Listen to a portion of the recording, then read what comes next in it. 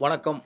நான் மோகன் காந்தி, தமிழ்நாடு காங்கிரஸ் கமிட்டியுடைய மாநில செயலாளர். இப்ப என்னன்னா, நம்முடைய எதிர்க்கட்சி தலைவர் ராகுல் காந்தி அவர்கள் நாடாளுமன்றத்தில பேசறதுக்கு முற்படுறார். என்ன பேசணும்னு நெனைக்கிறாருன்னு சொன்னா, அவரு மனோஜ் நராவனேன்னு சொல்லிட்டு நம்முடைய தளபதி, ராணுவ தளபதியா இருந்தவர் 2020ல ஒரு புத்தகத்த எழுதுறாரு. அவர் வந்து ராணுவத்தில இருந்ததுனால ஒரு புத்தகத்த எழுதுறாரு. அந்த புத்தகத்த வந்து ராணுவத்தில எழுதும்போது, அத வந்து என்ன பண்ணுவாங்கன்னா, அந்த புத்தகத்த வெளியிடுவதற்கோ, அல்லது வந்து அத வெளியிடுறதுக்கு முன்னாடி, அந்த மிலிட்டரில வந்து அதுக்கு வந்து அப்ரூவ்டு கேட்பாங்க. இந்த புத்தகத்த வெளியிடலாமான்னு சொல்லி அப்ரூவ்ட் கேட்பாங்க. அது வந்து ஆய்வுல இருக்கு. ஆனா, அந்த புத்தகம் வந்து ஆய்வுல இருந்தாலும், அந்த புத்தகத்தில எழுதப்பட்ட சம்பவங்களை பத்தி ஒரு ஆர்டிக்கிள் வந்து வெளிவந்துருச்சு.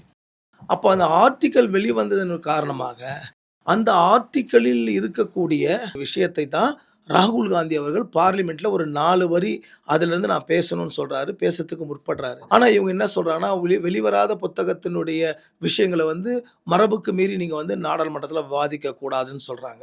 இல்ல இப்போ மரபு என்பது என்னன்னா, புத்தகத்தினுடைய அடிப்படையில அவர் விவாதத்துக்கு வரல. ஆனா புத்தகத்தினுடைய அடிப்படையில் வெளியான ஆர்டிக்கிளில் என்ன எழுதப்பட்டிருக்கிறதோ, அதனுடைய அடிப்படையில தான் அவர் விவாதத்துக்கு வராரு. இப்போ நீங்க வந்து ஒரு ஒரு புத்தகத்த வந்து ஒருத்தர் எழுதுறாரு. ஒரு ராணுவ தளபதி எழுதுறாரு. அவரு வந்து உங்களுக்கு ஆய்வுக்கு அனுப்புறாரு. அந்த புத்தகத்த வந்து நீங்க ஏன் இன்னும் ஆய்வுல வச்சிருக்கீங்க?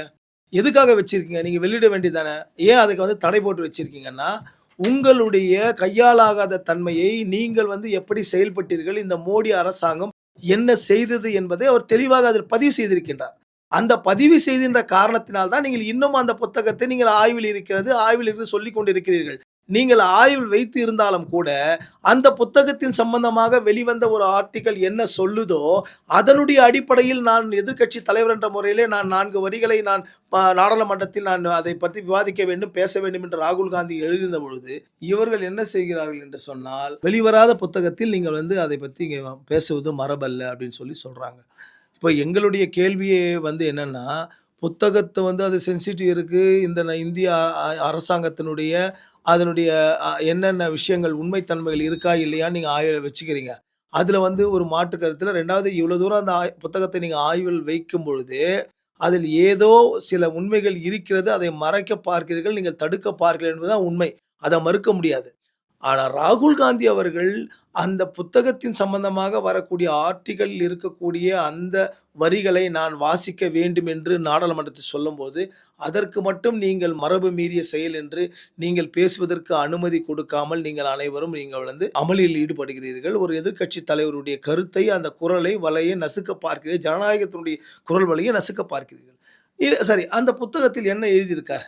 நம்ப ராணுவ தளபதி என்ன எழுதியிருக்காருன்னு சொன்னா, அவர் என்ன சொல்றாருன்னு சொன்னா அந்த புத்தகத்தில் அவர் எழுதியிருக்க உண்மைகள், அதாவது 2020ஆம் ஆண்டு அங்கே சீன படைகள் இந்தியாவினுடைய இருக்கக்கூடிய அந்த அ நம்ப இமயமலை தொடரிலே அதிகமான இடத்தை ஒரு சில மீட்டர் தூரத்தை கடந்து அவருடைய படைகள் வந்து முன்னேறி வந்து நம்மளுடைய இந்தியாவுடைய நிலப்பரப்பை ஆக்குபை செய்றாங்க.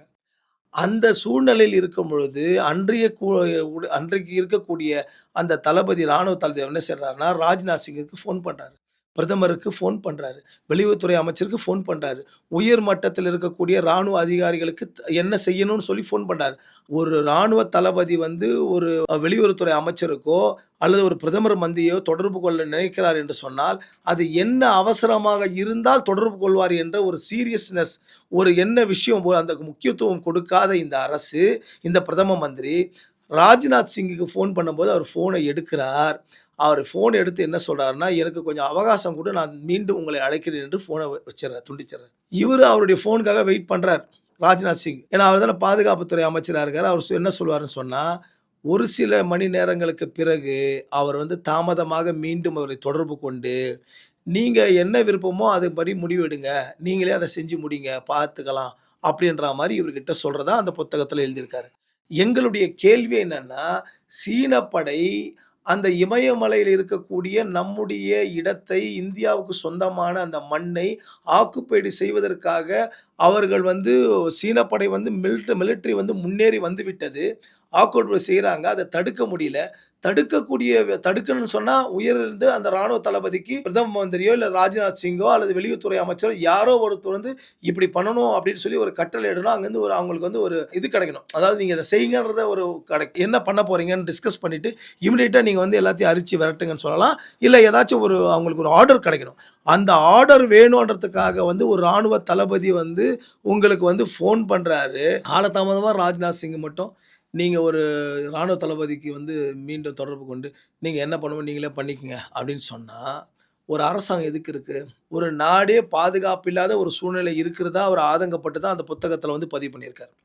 அந்த பதிவான புத்தகத்தை நீங்கள் இன்னும் வெளிவிடாமல், அதை ஆய்விலே உட்கொள்கிறோம் என்று சொல்லி அதை தடை போட்டு வைத்தாலும் கூட, அந்த புத்தகத்தில் இருக்கக்கூடிய முக்கியமான கருத்துக்களை ராகுல் காந்தி அவர்கள் நாடாளுமன்றத்தில் விவாதிக்க வேண்டும் என்று ஒரு 4 வரிகளை அதைப் பற்றி நான் பேச வேண்டும் என்று சொல்லுகின்ற பொழுது, ஒரு எதிர்க்கட்சி தலைவரை உண்மை நிலையை மக்களுக்கு கொண்டு வர வேண்டும் என்று நாடாளுமன்றத்திலே அதைப் பற்றி பேச வேண்டும் என்று முற்படுகின்ற பொழுது, இவர்கள் எல்லாம் ஒன்று சேர்ந்து அன்றைக்கு அந்த சீன படைகள் வந்து முன்னேறி வந்து கொண்டிருக்கிறது. அதை தடுக்கதற்கு வழி செய்யாமல், கடைசி நேரத்திலே அவருக்கு நீங்கள் ஏதாவது செய்து கொள்ளுங்கள் என்று சொல்லி உத்தரவிட்ட இந்த ராஜ்நாத் சிங் அவர்கள் எல்லாம் ஒன்றாக இருந்து கொண்டு, அந்த நாடாளுமன்றத்திலே ராகுல் காந்தி இன்றைக்கு பேச விடாமல் தடுக்கிறார்கள். இந்தியாவுடைய பாதுகாப்பு எந்த அளவுக்கு கேள்விக்குறியாக இருக்கிறது என்பதற்குத்தான் இது ஒரு உதாரணமே தவிர, இன்றைக்கு பாதுகாப்பு இல்ல. இதுக்கப்புறம் அக்னி வீரன் சொல்லிட்டு ஒண்ணு ராணுவத்தில எடுத்துட்டு வந்தாங்க.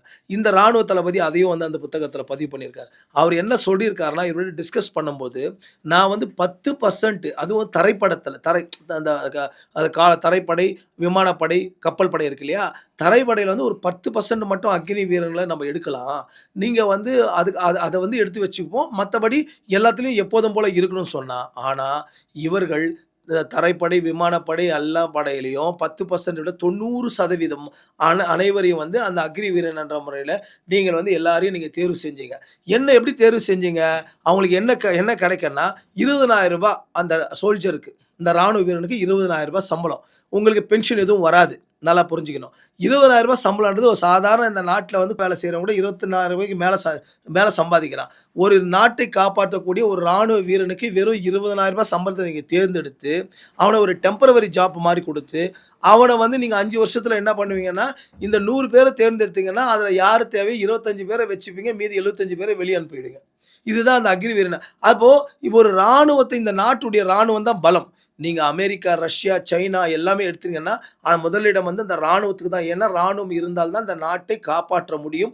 மக்கள் இந்த நாட்டுக்குள்ள அமைதியாக இருக்க வேண்டும், நிம்மதியாக இருக்க வேண்டும், சுதந்திரமாக இருக்க வேண்டும், பாதுகாப்பாக இருக்க வேண்டும்னா ராணுவம் தான். ஃபர்ஸ்ட் ராணுவம். அந்த ராணுவத்திலே நீங்க இவ்வளோ பெரிய குளறுபடி செய்து, அவங்களுக்கு பென்ஷன் இல்லாம செய்து, வெறும் ரூ. 20,000 சம்பளத்தில அக்னி வீரன் சொல்லிட்டு நீங்க சிப்பாய்களை எடுத்து, அவர்களையும் நோகடித்து, அப்ப எப்படி இந்த நாடு பாதுகாப்பாக இருக்கும்? இது இது இந்த அவர் சொல்றாரு, அந்த அந்த நம்ம தளபதி என்ன அந்த புத்தகத்தில எழுதியிருக்காருன்னா, அவர் என்ன சொல்றாருன்னா, நான் ஒரு 10% எடுத்து பார்க்கலாம். தரைப்படைக்கு மட்டும் தான் சொன்னேன். ஆனா இவர்கள் கிட்டத்தட்ட 100% அனைத்து துறையிலும் தரைப்படை, விமானப்படை, கப்பல் படை என்று எல்லாவற்றையும் 100% எடுத்துட்டாங்க. எடுத்து இன்னைக்கு அவர் என்ன சொல்ல வராருன்னா அந்த புத்தகத்தில, இன்றைக்கு இந்திய ராணுவமே ஒரு அந்த கட்டமைப்பே சீர்குலைந்து போய், ராணுவம் அப்படின்ற அந்த ஒரு சக்தி, அந்த சக்தி இந்திய ராணுவம் என்ற சக்தியே வந்து இன்றைக்கு ஒண்ணுமில்லாம வெலவெலத்து போயிருக்கு. அந்த கட்டமைப்பே உடைஞ்சு போச்சு. ஆக இந்த மோடி அரசாங்கத்தில வந்து ராணுவத்தில் ஆரம்பித்து, இங்கே இருக்கக்கூடிய அடித்தட்டு மக்கள், அதுக்கப்புறம் வந்து தன்னாட்சி அதிகாரம், அதுக்கப்புறம் இந்த எல்ஐசி போன்ற இதெல்லாம் வந்து இந்த நாட்டுக்கு வந்து இந்த உட்கட்டமைப்புக்கு வந்து பயன்படுத்தும் என்று நேரு அவர்கள் உருவாக்கி வைத்தார்களோ, தனியார்மயம் என்ற அளவில் தான் அந்த இராணுவத்தையும் எடுத்து சென்று, இந்த நாட்டில் எந்தவித பாதுகாப்பும் இல்லாமல் இந்தியா எதை நோக்கி சென்று கொண்டிருக்கிறது? இந்திய மக்களுக்கு இங்கே என்ன பாதுகாப்பு? நீங்க இந்தியாக்குள்ள வந்து பார்த்தீங்கன்னா, மதவாதம் தலை தூக்கி ஆடுது. இந்த பக்கம் இஸ்லாமியர்கள், கிறிஸ்தவர்கள் என்று சொல்லி இங்கே நீங்கள் வந்து இந்துக்கள் எல்லாம் இந்துக்கள் நாடு என்று ஒரே நாடு அப்படின்ற மாரி ஒ நாட்டுக்குள்ள வந்து ஒரு மிகப்பெரிய ஒரு பிரிவினைவாதத்தையும், மக்களை நிம்மதி இல்லாமல் வாழக்கூடிய ஒரு சூழ்நிலையும் இந்த பிஜேபி ஆட்சி வந்து கிட்டத்தட்ட 13 ஆண்டுகளாக இங்கே வடநாட்டிலிருந்து பார்த்தீங்கன்னா தலை தூக்கி வருது. அதுவும் தமிழ்நாட்டிலே இன்னும் அது தலை தூக்க வைக்க வேண்டும். அதே வடநாட்டில் இருக்கின்ற நிலைமை இந்த தமிழ்நாடும் அமைதியாக இருக்கக்கூடாது. அதையும் நம்ம அதே கட்டுப்பாட்டிற்குள் எடுத்து வர வேண்டும் என்பது அவருடைய முயற்சி. அந்த அசைன்மென்ட்ட அவர்கள் செய்து கொண்டிருக்கிறார்கள். ஆனால் நாட்டுக்குள் இவ்வளவு பிரச்சனை இருக்கிறது. ஆனால் நாடு பாதுகாப்பா இருக்கிறதா? மிகப்பெரிய கேள்விக்குறியாக இருக்கிறது. அந்த கேள்விக்குறியாக இருக்கிறது நம்முடைய நாட்டினுடைய அந்த நிலப்பரப்பை வா இன்னொரு நாட்டை சார்ந்தவர்கள் ஆக்குப்படி செய்றாங்க. அந்த நேரத்தில நான் தொடர்பு கொள்ளும்போது கூட சரியான பதில் இல்லை என்று ஒரு இராணுவ தளபதி தன்னுடைய பதவி காலத்தில் 2020ல நடந்தது. 2022ல் அவரு அ ரிட்டயர்ட் ஆவுறாரு. ஆன உடனே அவருடைய பதவி காலத்தில் இருக்கக்கூடிய உண்மை நிலையை எழுதப்பட்டது தான் அந்த புத்தகம். அந்த புத்தகத்தின் பெயர் விதிகளின் 4 நட்சத்திரங்கள். அதாவது அந்த புத்தகத்தை நீங்கள் இன்னும் ஆயுள் வைத்துக் கொண்டிருக்கிறீர்கள். ஆனால் அந்த புத்தகத்தில் இருக்கக்கூடிய கருத்துக்கள் சம்பந்தமாக ஒரு ஆர்டிக்கிள் வெளிவந்திருக்கிறது. அதனுடைய அடிப்படையில் தான் நான் பேசப் போகிறேன் என்று ராகுல் காந்தி அவர்கள் சொல்லுகிறார்கள். ஒரு ஆளும் கட்சி என்பது எதிர்க்கட்சி தலைவர் என்ன பேசுகிறாரோ அவரை பேச வைத்து அதற்கு பதில் சொல்லி அதை என்ன உண்மைத்தன்மை என்பது பதில் சொல்லக்கூட இதுதான் மோடியுடைய அரசாங்கம். ஆக பாதுகாப்பு இன்றைக்கு இந்தியாவுக்கு மிகப்பெரிய கேள்விக்குறியாக இருக்கிறது. நாம் இராணுவத்தில் இருந்து நம்முடைய கட்டமைப்பிலிருந்து, உட்கட்டமைப்பிலிருந்து, பொருளாதாரத்திலிருந்து எல்லா விதத்திலும் இந்தியா அதல பாதாளத்துக்கு சென்று கொண்டிருக்கிறது. பாதுகாப்பு இல்லாத ஒரு சூழ்நிலை. இது எல்லாம் மாற வேண்டும். நாடு பாதுகாப்பாக இருக்க வேண்டும். ஜாதி, மதம் இது போன்ற மதவாத சக்திகள் தலை தூக்கி விடக்கூடாது என்று சொன்னால், மக்களாகிய நீங்கள் தெளிவாக ஒரு முடிவெடுக்க வேண்டும். நீங்கள் தெளிவாக முடிவெடுத்து விடக்கூடாது என்பதற்காகத்தான் இன்றைக்கு தேர்தல் ஆணையத்துடன் கூட்டணி வைத்துக்கொண்டு உங்களுடைய வாக்குகளையும் திருடுகிறார்கள். அது வேறு விஷயம். அதை தடுக்கவும் ராகுல் காந்தி அவர்கள் போராடிக் கொண்டிருக்கிறார்கள். ஆகையால் நீங்கள் இந்த நாட்டை யார் காப்பாற்றுவார்கள்? இந்த நாட்டிற்கு யார் தலைவராக, பிரதமராக இருந்தால் பாதுகாப்பாக இருக்கும்? இந்த நாட்டை யார் கையில் கொடுக்க வேண்டும்? கடந்த 60 ஆண்டு காலமாக காங்கிரஸ் இயக்கத்தின் கையில் இருக்கும்பொழுது இந்த நாட்டுடைய பொருளாதார வளர்ச்சி என்ன? பாதுகாப்பு என்ன? இந்திரா காந்தி அவர்கள் என்ன செய்தார்கள்? என்ன சாதனை செய்தார்கள்? நேரு அவர்கள் என்ன செய்தார்கள்? அவர்கள் உருவாக்கிய இந்த நாடுதான் இன்னமும் இவர்கள் இத்தனை குளறுபடிகளும் செய்தும், இவ்வளவு பித்தலாட்டம் செய்து இந்த நாடு இன்னும் தாங்கிக் கொண்டிருக்கிறது என்பதனை நீங்கள் உணர்ந்து, மக்களாகிய நீங்கள் நல்ல தீர்ப்பு கொடுக்கின்ற வகையில்தான் இந்த நாட்டுடைய பாதுகாப்பு உங்கள் கையில் இருக்கிறது.